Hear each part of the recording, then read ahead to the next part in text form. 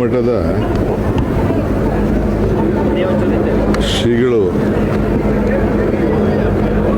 ನಮ್ಮ ಮುಮ್ಮಡಿ ನಿರ್ಮಲ ಶ್ರೀಗಳು ನಮಗೂ ನೂರಾರು ವರ್ಷಗಳ ಸಂಬಂಧ. ನಮ್ಮ ತಾತ, ನಮ್ಮ ಸೋದರ ಮಾವ, ನಾನು ಕನಕಪುರದಲ್ಲೇ ಹುಟ್ಟೋನು. ಸೊ ಪ್ರತಿ ಹಂತಕ್ಕೂ ಕೂಡ ಏನೇ ಒಳ್ಳೆಯದಾಗಬೇಕಾದ್ರೆ ಎಲ್ಲ ಕಾರ್ಯಗಳು ಕೂಡ ಇಲ್ಲಿ ಮಠಕ್ಕೆ ಬಂದೆ, ಅವರ ಮಾರ್ಗದರ್ಶನವನ್ನು ಪಡೆದೆ ಇವತ್ತು ನಾವೆಲ್ಲ ಕೆಲಸವನ್ನು ಮಾಡಿಕೊಂಡು ಬರ್ತಾಯಿದ್ದೆವು. ಸೊ ಅವರು ನಮಗೂ ಇರೋಂಥ ಸಂಬಂಧ ಬಹುಶಃ ಎಲ್ಲ ಕೂಡ ಇಡೀ ರಾಜ್ಯಕ್ಕೂ ಗೊತ್ತಿದೆ, ಈ ತಾಲೂಕಿಗೂ ಗೊತ್ತಿದೆ. ನಮ್ಮ ಜಿಲ್ಲೆಗೆ ಒಂದು ಆಧ್ಯಾತ್ಮಿಕವಾದಂಥ ದೀಪ.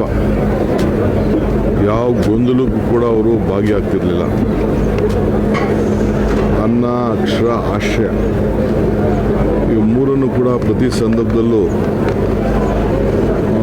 ಸರ್ಕಾರ ಮಾಡೋಕ್ಕಿಂತ ಮುಂಚಿತವಾಗಿ ಸಿದ್ಧಗಂಗಾ ಮಠ ಮತ್ತು ಈ ಮಠ ಯಾವಾಗಲೂ ಕೂಡ ಈ ಭಾಗದಲ್ಲಿ ಮುಂದುವರಿಸ್ಕೊಂಡು ಬರ್ತಾಯಿತ್ತು. ನಮಗೆ ಯಾವಾಗಲೂ ನನಗೆ ಆತ್ಮಧೈರ್ಯವನ್ನು ತುಂಬ್ತಾಯಿದ್ರು. ನಿನಗೆ ಒಳ್ಳೆಯದಾಗ್ತದೆ, ಈ ರಾಜ್ಯ ಆಳೋಂಥ ಕಾಲ ಖಂಡಿತ ಬಂದೇ ಬರ್ತದೆ. ಮೊನ್ನೆ ಎಲೆಕ್ಷನ್ ಟೈಮಲ್ಲಿ ನನ್ನ ಕರೆಸಿ ನನಗೆ ಕೈ ತುಂಬ ಹಣವನ್ನು ಕೊಟ್ಟು, ಅದು ಬೆಡ್ಡಲ್ಲಿದ್ದರು, ಅವರು ರೆಸ್ಟಲ್ಲಿದ್ದರು, ಬೆಡ್ಡಲ್ಲಿ ಮಲಗಿದ್ರು.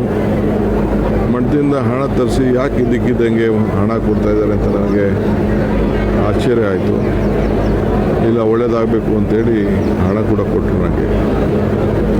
ಸೊ ಹಂಗೆ ಇವತ್ತು 80 ವರ್ಷ ಮುಗಿದಿದೆ, 86 ವರ್ಷ ಮುಗಿದಿದೆ. ಅವರ ತತ್ವ ಚಿಂತನೆಗಳು ಯಾವಾಗಲೂ ಕೂಡ ಶಾಶ್ವತವಾಗಿ ಇವತ್ತು ಉಳಿದಿವೆ.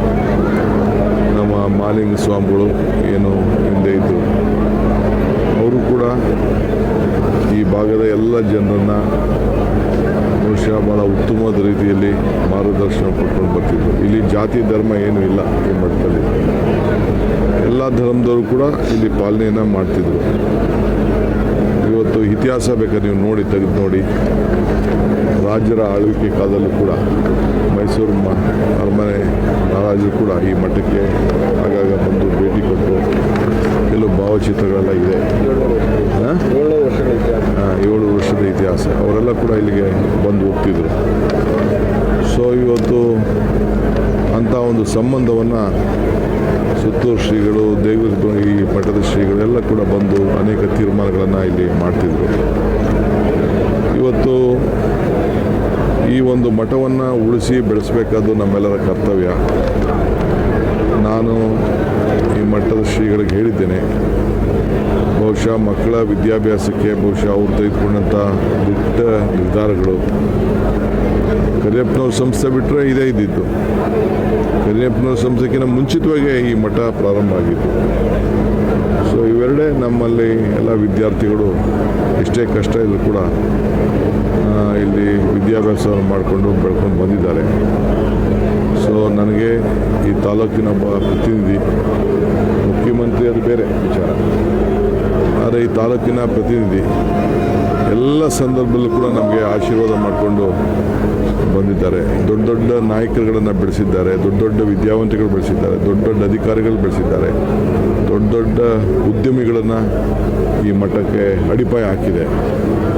ಸೊ ನಾವೆಲ್ಲ ಒಂದಿನ ತಿರ್ಗಾ ಸೇರಿ ಅವರ ಹೆಸರಿನಲ್ಲಿ ಶಾಶ್ವತವಾಗಿ ಉಳ್ಕೊಳ್ಳಿಕ್ಕೆ ಏನೆಲ್ಲ ಮಾಡಲಿಕ್ಕೆ ಸಾಧ್ಯನೋ ಆ ಕೆಲಸ ಕೂಡ ನಾವು ಮಾಡ್ತೇವೆ. ಇವತ್ತು ಬಂದು ಅವರ ಆತ್ಮಕ್ಕೆ ಶಾಂತಿ ಸಿಗಲಿ. ಭಾಳ ಜನ ಎಲ್ಲ ಅವರ ಈ ಮಠದ ಅಭಿಮಾನಿಗಳು ಎಲ್ಲ ಅವ್ರನ್ನ ಕಳ್ಕೊಂಡಿದ್ದೇವೆ. ಚಿಂತೆ ಮಾಡೋದು ಬೇಡ, ಏಕೆಂದರೆ ಯಾರಿಗೂ ಎಲ್ಲರಿಗೂ ಒಂದಲ್ಲ ಒಂದಿನ ಸಾವಿದ್ದೇ ಇರ್ತದೆ. ಸೊ ಅವರ ಆದರ್ಶದ ಬದುಕನ್ನು ನಾವು ಕಾಪಾಡಲಿಕ್ಕೆ ಎಲ್ಲ ಥರದ ಪ್ರಯತ್ನ ಸಹಕಾರವನ್ನು ಇಡೀ ತಾಲೂಕಿನ ಜನತೆ ನೀಡೋಣ. ಇದಲ್ಲದೆ ಮೈಸೂರು ಜಿಲ್ಲೆ, ಚಾಮರಾಜನಗರ ಜಿಲ್ಲೆ, ಮಂಡ್ಯ ಜಿಲ್ಲೆ ಮತ್ತು ತಮಿಳುನಾಡಿನ ಕೆಲವು ಭಾಗದಲ್ಲೂ ಕೂಡ ಅವ್ರಿಗೆ ಅಪಾರವಾದಂಥ ಭಕ್ತಾದಿಗಳು ಇರೋದು ನನಗೆಲ್ಲ ಗೊತ್ತಿರೋಂಥ ವಿಚಾರ. ಸೊ ಎಲ್ಲರಿಗೂ ಕೂಡ ಈ ಸಂದರ್ಭದಲ್ಲಿ ಸರ್ಕಾರ ಬಂದಂಥವರೆಲ್ಲರೂ ಕೂಡ ಯಾವ ರೀತಿ ಅವ್ರಿಗೆ ಗೌರವವನ್ನು ಸಲ್ಲಿಸಬೇಕು, ಯಾವ ರೀತಿ ಅವ್ರ ದರ್ಶನವನ್ನು ಮಾಡಲಿಕ್ಕೆ ಅವಕಾಶ ಮಾಡಿಕೊಡ್ಬೇಕು, ಅದು ಮಾಡ್ಕೊಳ್ಳಿಕ್ಕೆ ಈಗಾಗಲೇ ನಾನು ನಮ್ಮ ಅಧಿಕಾರಿಗಳಿಗೆಲ್ಲ ತಿಳಿಸಿದ್ದೇನೆ. ಸೊ ಇನ್ನು ಮುಂದಕ್ಕೆ ಎಲ್ಲ ಕೂಡ ಏನೇನಾಗಬೇಕು ಅದನ್ನೆಲ್ಲ ನಾವು ಕೂತ್ಕೊಂಡು ನನ್ನ ತಮ್ಮಂಗೆ ಹೇಳಿದ್ದೇನೆ, ಎಲ್ಲ ಕಾರ್ಯಕ್ರಮವನ್ನು ಅಚ್ಚುಕಟ್ಟಾಗಿ ಮಾಡಲಿಕ್ಕೆ. ಸೊ ನಮ್ಮ ವೀರಶೈವದ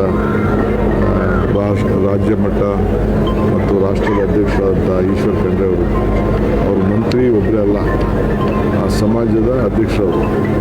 ಅವರು ಕೂಡ ನಾನು ಭಾಗಿಯಾಗ್ತೇನೆ ಅಂತೇಳಿ ಅವರು ಕೂಡ ಎಲ್ಲ ಕೆಲಸ ಬಿಟ್ಟು ಇವತ್ತು ಅವರು ಕೂಡ ನನ್ನ ಜೊತೆ ಬಂದು ಭಾಗಿಯಾಗಿದ್ದಾರೆ. ಸೊ ಎಲ್ಲ ಅವರ ಅಭಿಮಾನಿಗಳಿಗೆ ಈ ದುಃಖದಲ್ಲಿ ಇದ್ದೇವೆ, ಆದರೂ ಕೂಡ ಅವರ ಮಾರ್ಗದರ್ಶನ ನಮಗೊಂದು ದೊಡ್ಡ ಶಕ್ತಿ. ಆ ಶಕ್ತಿಲಿ ನಾವೆಲ್ಲ ಉಳ್ಕೊಳ್ಳೋಣ. ಸರ್, ಶ್ರೀಗಳಿಗೆ ರಾಷ್ಟ್ರಧ್ವಜ ಹಸ್ತಾಂತರ ಮಾಡಬೇಕು, ಸಾಕಷ್ಟು ಭಾವುಕರಾದರು. ಇದು ಭಕ್ತನಿಗೂ ಭಗವಂತನಿಗೂ ನಡೆಯುವಂಥ ಸಂಬಂಧ ಇದೆಯಲ್ಲ, ಅದು ನಿಮ್ಗೆ ಅರ್ಥ ಆಗೋದಿಲ್ಲ. ಎಲ್ಲರಿಗೂ ಆ ಭಾಗ್ಯ ಸಿಗೋದಿಲ್ಲ ಅಂತ ನಾನು ಹೇಳಿದ್ದಿಲ್ಲ. ಹಾಗೆ ಇವತ್ತು ನಾನು ಈ ರಾಜ್ಯದ ಮುಖ್ಯಮಂತ್ರಿಯಾಗಿ ಶ್ರೀಗಳಿಗೆ ರಾಷ್ಟ್ರಧ್ವಜ ಕೊಡುವಂಥ ಅವಕಾಶ ಸಿಗ್ತಲ್ಲ, ಇದು ನನ್ನ ಭಾಗ್ಯ. ಇಷ್ಟೇ.